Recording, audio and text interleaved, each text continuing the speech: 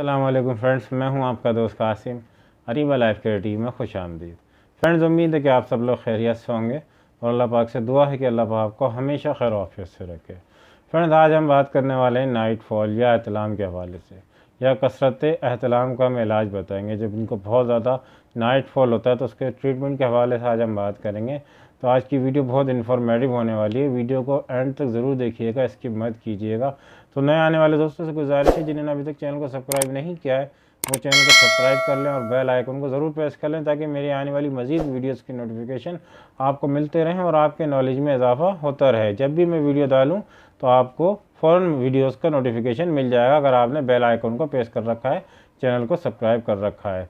तो चलिए शुरू करते हैं।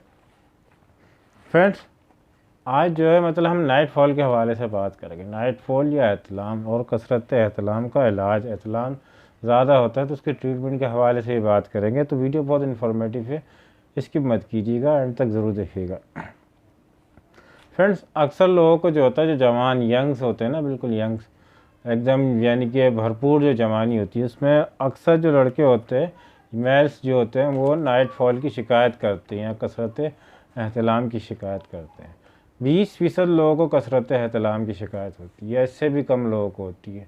बाकी जो 80% होता है, मैं बुराई नहीं कर रहा, उनकी बैड हैबिट्स होती हैं। अपनी आदत को छिपाने के लिए, अपनी बैड हैबिट्स को छिपाने के लिए, या शर्माते हुए, या उनको झिझक होती है बताने के अंदर, क्योंकि बैड हैबिट्स की वजह से उनको वीकनेस हो रही है, तो वो एहतलाम या नाइट फॉल का हवाला दे देते हैं कि हमको नाइट फॉल बहुत होता है, जिसकी वजह से हम वीकनेस का शिकार हो रहे हैं।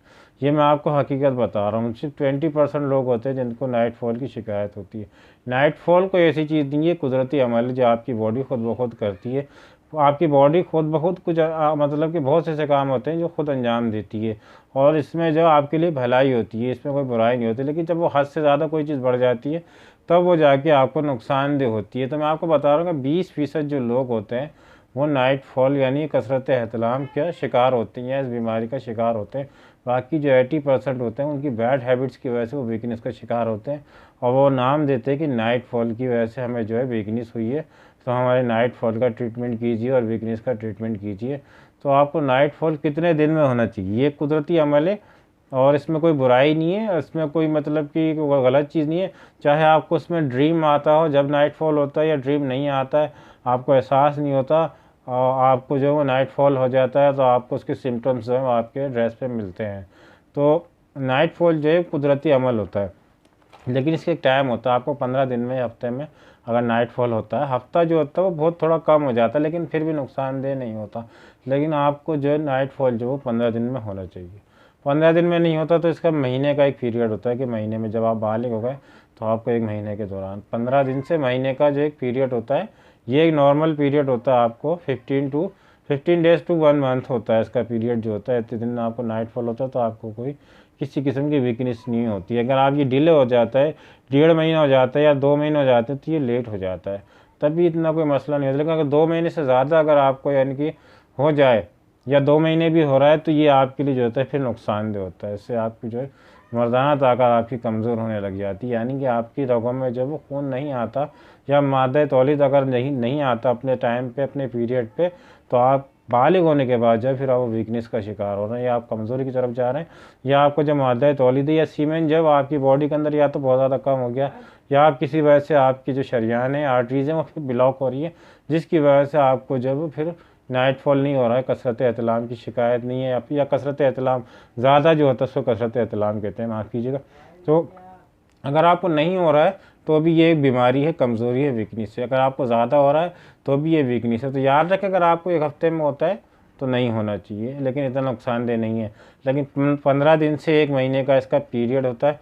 1 महीने यानी कि 15 दिन से 1 महीने में आपको एक बार होता है, तो ये एक यानी कुदरती अमल है, इसमें कोई घबराने वाली बात है। लेकिन अगर 2 महीने गुजर जाते, नाइट फॉल नहीं होता, तो फिर आप वीकनेस का शिकार हो रहे हैं। अंदर अंदर धीरे धीरे आप नामर्दी की तरफ चले जाएंगे, अगर उसका आप ट्रीटमेंट नहीं कराएंगे।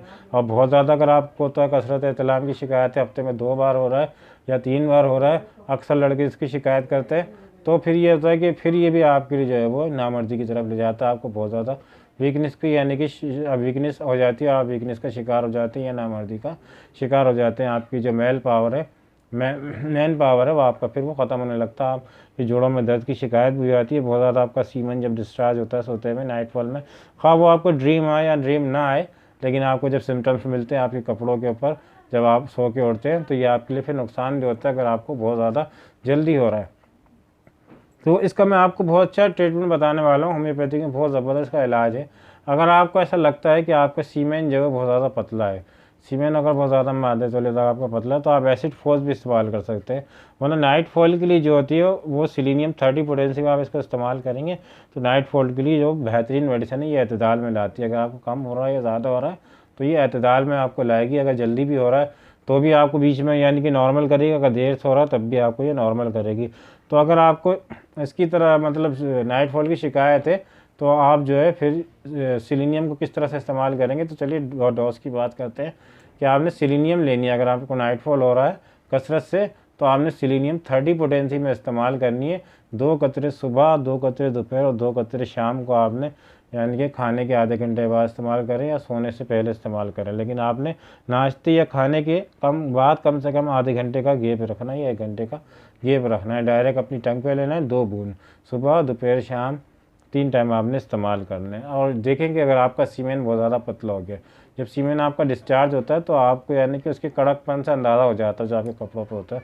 तो अगर आपका सीमेन आपका यानी बहुत ज़्यादा पतला हो चुका है तो फिर उसमें जो आपने एसिड फोस इस्तेमाल करनी है साथ में इसके। लेकिन दोनों दवाइयों के दरमियान में आपने 1 घंटे का गैप रखना है। एसिड फोस आपने कैसे इस्तेमाल करनी है कि एसिड फोस आपने मदर टिंचर में इस्तेमाल करनी है। 5 कतरे सुबह दोपहर शाम जो आपने आधे कप पानी में इस्तेमाल करना है। लेकिन याद रखें सिलीनियम को भी जब इस्तेमाल करेंगे तो दोनों की दवाओं के दरमियान 1 घंटे का आपने गैप रखना है जब आपने इसको एसिड फोस का इस्तेमाल करना है। तो दोनों दवाइयों को 1 घंटे के इस्तेमाल से आप रखें, दिन में 3 मरतबा इस्तेमाल करें। अगर आपको इस तरह की कोई कंडीशन है या इस तरह की कोई बीमारी है तो इंशाल्लाह आपको बहुत अच्छे रिजल्ट मिलेंगे देखने को। सिलीनियम जो होती है आपके जो है ये बहुत ज़्यादा यानी कि कसरत एहतलाम की वजह से जो आपको वीकनेस हो जाती है उसमें भी आपके लिए बहुत फ़ायदेमंद होती है। इरेक्शन के लिए बहुत अच्छी मेडिसिन है। और यानी कि जिन लोगों को ड्रॉप की शिकायत होती है, ड्रॉपिंग की आफ्टर यूरिन जिनको ड्रॉप आते हैं, कतरे आते हैं, उसके लिए भी जो होती है सिलीनियम बहुत ज़बरदस्त मेडिसिन है। मर्दाना ताकत के लिए, प्रीमेच्योर एजुकेशन के लिए, इरेक्टाइल डिसफंक्शन के लिए भी जो है इस्तेमाल की जाती है। इस तरह की अगर आपको कोई मतलब कि कमज़ोरी है या वीकनेस है तो उसमें भी सिलीनियम जो होती है बहुत अच्छे रिजल्ट देती है। और एसिड फोस जो होती है यह आपकी जो बॉडी की जो पूरी वीकनेस होती है ये आपको दूर करेगी और जो आपके सीमेन को ये गाढ़ा करेगी। यानी मादे तौलिद को पतला है अगर तो उसको ये गाढ़ा करेगी, जिससे आपको जो है टाइमिंग जो होती है वो बढ़ जाती है, टाइमिंग में इससे इजाफा होता है। तो फिर इन दवाओं को जो मैंने बताया आप इसको इस्तेमाल करें, लेकिन एहतियात से, बहुत ज़्यादा एहतियात की ज़रूरत होती है। खुदा न खास्ता अगर आप किसी बीमारी में मुब्तला हैं तो कोशिश करें आप कोई मेडिसिन इस्तेमाल करने से पहले अपने डॉक्टर से ज़रूर यानी कि मशवरा कर लें। अपने मौलिक से मशवरा करना आपका ज़रूरी है। हमारा काम जो होता है वो आपको सिर्फ मेडिसिन की इन्फॉर्मेशन देना है, ना कि दवाइयों का इस्तेमाल करवाना। अगर आप किसी बीमारी में मुब्तला हैं तो अपने डॉक्टर से ज़रूर रुजू करें। डॉक्टर की परमिशन के बगैर दवाइयों को इस्तेमाल ना करें, बाकी आपकी अपनी मर्ज़ी। तो फ्रेंड्स उम्मीद है कि आपको वीडियो अच्छी लगी होगी। वीडियो अच्छी लगी हो तो लाइक करें, शेयर करें, सब्सक्राइब करें और बेल आइकन को ज़रूर प्रेस करें। फ्रेंड्स मिलते हैं अगली वीडियो में किसी नए टॉपिक के साथ। दुआओं में भाई को ज़रूर याद रखिएगा। अल्लाह हाफिज़।